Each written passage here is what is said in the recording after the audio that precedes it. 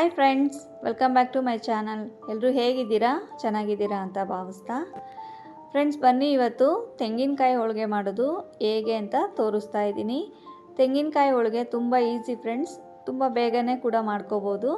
ಬನ್ನಿ ಈಗ ತೆಂಗಿನಕಾಯಿ ಹೋಳಿಗೆ ಮಾಡೋಕ್ಕೆ ಏನೆಲ್ಲ ಇಂಗ್ರೀಡಿಯೆಂಟ್ಸ್ ಬೇಕಾಗುತ್ತೆ ಅಂತ ನೋಡ್ಕೊಂಬರೋಣ. ತೆಂಗಿನಕಾಯಿ 2 ಕಪ್ಪು, 1 ಕಪ್ಪು ಬೆಲ್ಲ, ಒಂದು 4ರಿಂದ 5 ಏಲಕ್ಕಿ ತೊಗೊಂಡಿದ್ದೀನಿ. ನೆಕ್ಸ್ಟು ಒಂದು ಪಾತ್ರೆಗೆ ಬೆಲ್ಲ ಹಾಕ್ಕೊಂಡು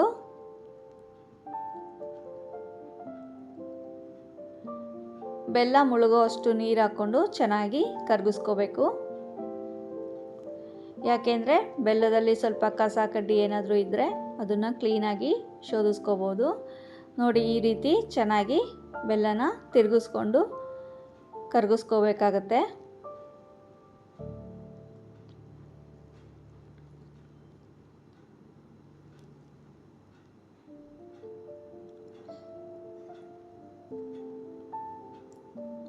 ನೆಕ್ಸ್ಟ್ ಈಗ ಬೆಲ್ಲ ಎಲ್ಲ ಚೆನ್ನಾಗಿ ಕರಗಿದ್ಮೇಲೆ ನಾವು ತೆಗೆದಿಟ್ಕೊಂಡು ಶೋಧಿಸ್ಕೋಬೇಕು.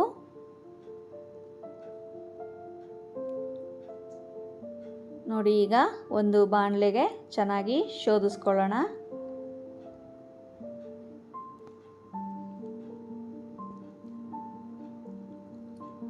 ಏನಾದರೂ ಕಸ ಕಡ್ಡಿ ಕಲ್ಲು ಏನಾದರೂ ಇದ್ದರೆ ಈ ರೀತಿ ಕ್ಲೀನಾಗಿ ಶೋಧಿಸ್ಕೊಂಡ್ರೆ ಕ್ಲೀನಾಗಿ ಇರುತ್ತೆ ಅಷ್ಟೇ.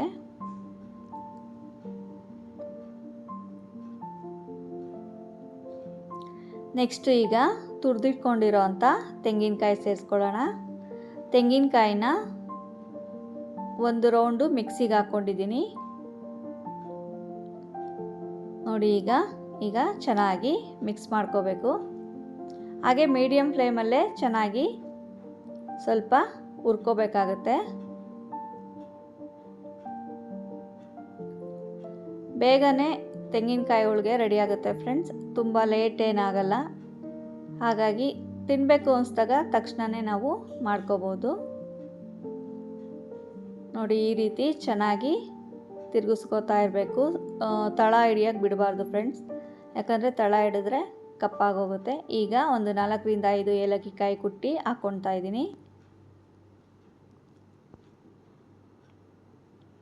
ಚೆನ್ನಾಗಿ ಹುರಿಬೇಕು, ಕಲರೆಲ್ಲ ಚೇಂಜ್ ಆಗುತ್ತೆ.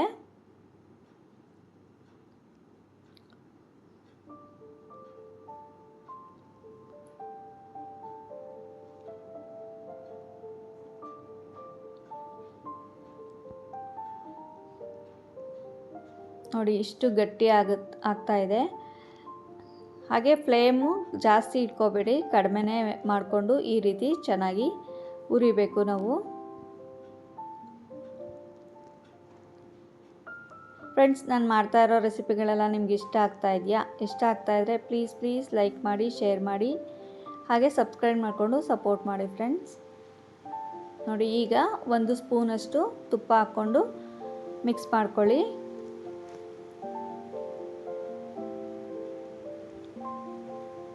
ತುಪ್ಪ ಹಾಕೋದ್ರಿಂದ ನಮಗೆ ಚೆನ್ನಾಗಿ ಫ್ಲೇವರ್ ಕೂಡ ಬರುತ್ತೆ, ಹಾಗೆ ಟೇಸ್ಟ್ ಕೂಡ ತುಂಬ ಚೆನ್ನಾಗಿರುತ್ತೆ.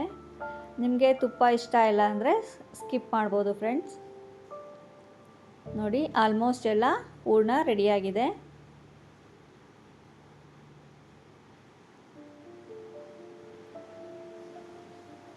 ಈ ರೀತಿ ರೆಡಿ ಆದಮೇಲೆ ನಾವು ಒಂದು ಅರ್ಧ ಗಂಟೆ ಫುಲ್ ಕಂಪ್ಲೀಟಾಗಿ ತಣ್ಣಗಾಗಕ್ಕೆ ಬಿಟ್ಬಿಡಬೇಕು.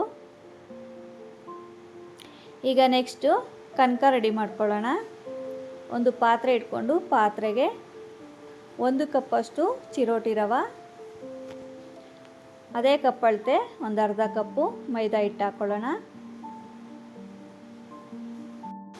ನೆಕ್ಸ್ಟು ಸ್ವಲ್ಪ, ಈಗ ಯಾವುದೇ ಸ್ವೀಟ್ ಮಾಡಿದ್ರೂ ಸ್ವಲ್ಪ ಉಪ್ಪು ಸೇರಿಸ್ಕೋಬೇಕು. ಹಾಗಾಗಿ 2 ಚಿಟಿಕೆ ಅಷ್ಟು ಉಪ್ಪು ಹಾಕ್ಕೊಂಡು ಜರಡಿ ಮಾಡ್ಕೊಳ್ಳಿ. ಈಗ ನೆಕ್ಸ್ಟು ಒಂದು 1/4 ಟೀ ಸ್ಪೂನಷ್ಟು ಅರಿಶಿನದ ಪುಡಿ ಹಾಕ್ಕೊಂಡು, ಚಪಾತಿ ಹಿಟ್ಟಿನ ಅದಕ್ಕಿಂತ ಸ್ವಲ್ಪ ತೆಳುವಾಗಿರಬೇಕು.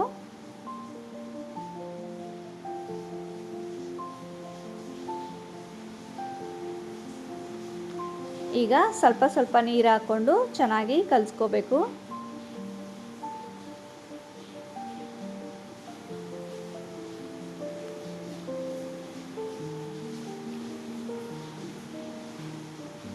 ನೋಡಿ ಈ ರೀತಿ ಚೆನ್ನಾಗಿ ಮಿದ್ಕೋಬೇಕು.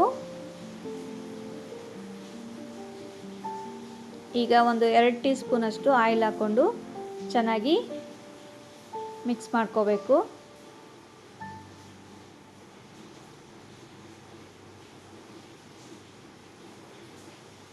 ಈ ರೀತಿ ಚೆನ್ನಾಗಿ ಮಿಕ್ಸ್ ಆದಮೇಲೆ ನಾವು ಇದನ್ನು 1 ಅವರ್ ಅಥವಾ 1.5 ಅವರ್ ಬಿಟ್ಟರೆ ತುಂಬ ಚೆನ್ನಾಗಿ ಕನಕ ರೆಡಿ ಆಗುತ್ತೆ.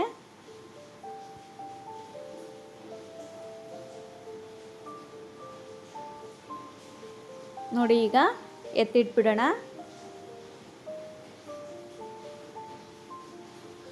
ನೆಕ್ಸ್ಟ್ ಈಗ ನೋಡಿ ಈ ರೀತಿ ಹೂರ್ಣ ರೆಡಿಯಾಗಿದೆ. ಈಗ ಈ ಹೂರ್ಣನ ಚಿಕ್ಕ ಚಿಕ್ಕದಾಗಿ ಉಂಡೆಗಳನ್ನಾಗಿ ಮಾಡ್ಕೋಬೇಕು.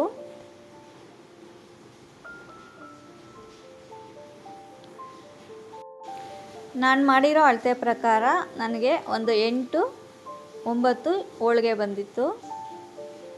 ನಿಮಗೇನಾದರೂ ಜಾಸ್ತಿ ಬೇಕು ಅಂದರೆ ಇದೇ ಕ್ವಾಂಟಿಟಿನ ಸ್ವಲ್ಪ ಜಾಸ್ತಿ ಮಾಡ್ಕೋಬೋದು.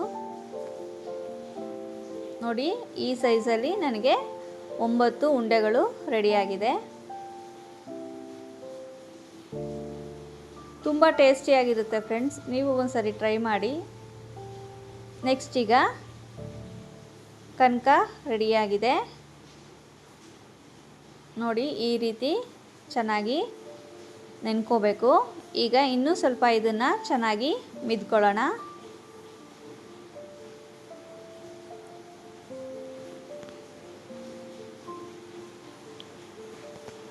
ನೆಕ್ಸ್ಟ್ ಈಗ ಒಂದು ಪ್ಲಾಸ್ಟಿಕ್ ಶೀಟ್ ಮೇಲೆ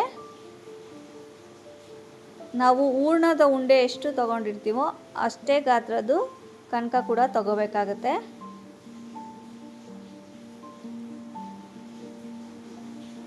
ಈಗ ಕನಕನ ಸ್ವಲ್ಪ ತಟ್ಕೊಳ್ಳೋಣ. ನೋಡಿ ಎಷ್ಟು ಚೆನ್ನಾಗಿ ಎಷ್ಟು ಸಾಫ್ಟಾಗಿ ಬಂದಿದೆ.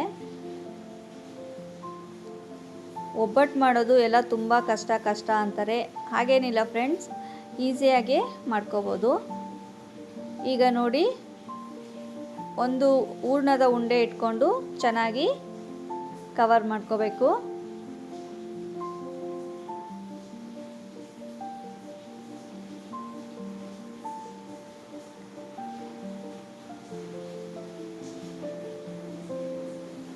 ನಿಮಗೆ ಎಷ್ಟು ತೆಳು ಬೇಕೋ ಅಷ್ಟನ್ನು ತಟ್ಕೋಬೋದು.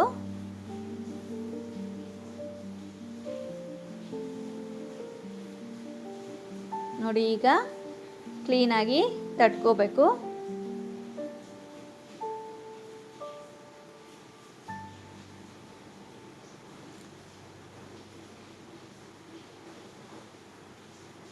ಬಿಸಿ ಬಿಸಿ ಕಾಯಿ ಹೋಳಿಗೆ ತಿಂತಾ ಇದ್ದರೆ ಒಂದು ತಿಂದರೆ ಸಾಕಾಗಲ್ಲ ಫ್ರೆಂಡ್ಸ್, ಇನ್ನೂ ಒಂದು ತಿನ್ನಬೇಕು ಅನಿಸುತ್ತೆ.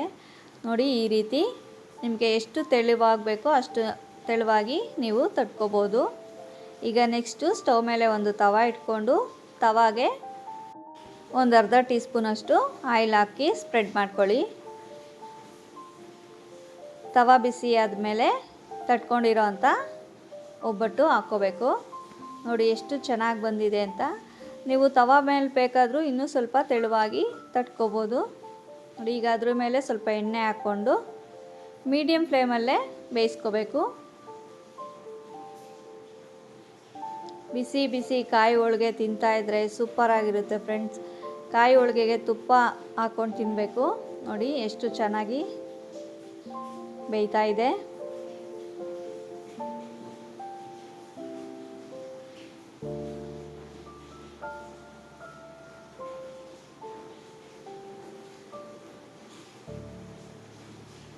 ನಾನು ಮಾಡಿರೋ ಕ್ವಾಂಟಿಟಿ ಪ್ರಕಾರ ನಿಮಗೆ ಒಂದು 8-9 ಬರುತ್ತೆ.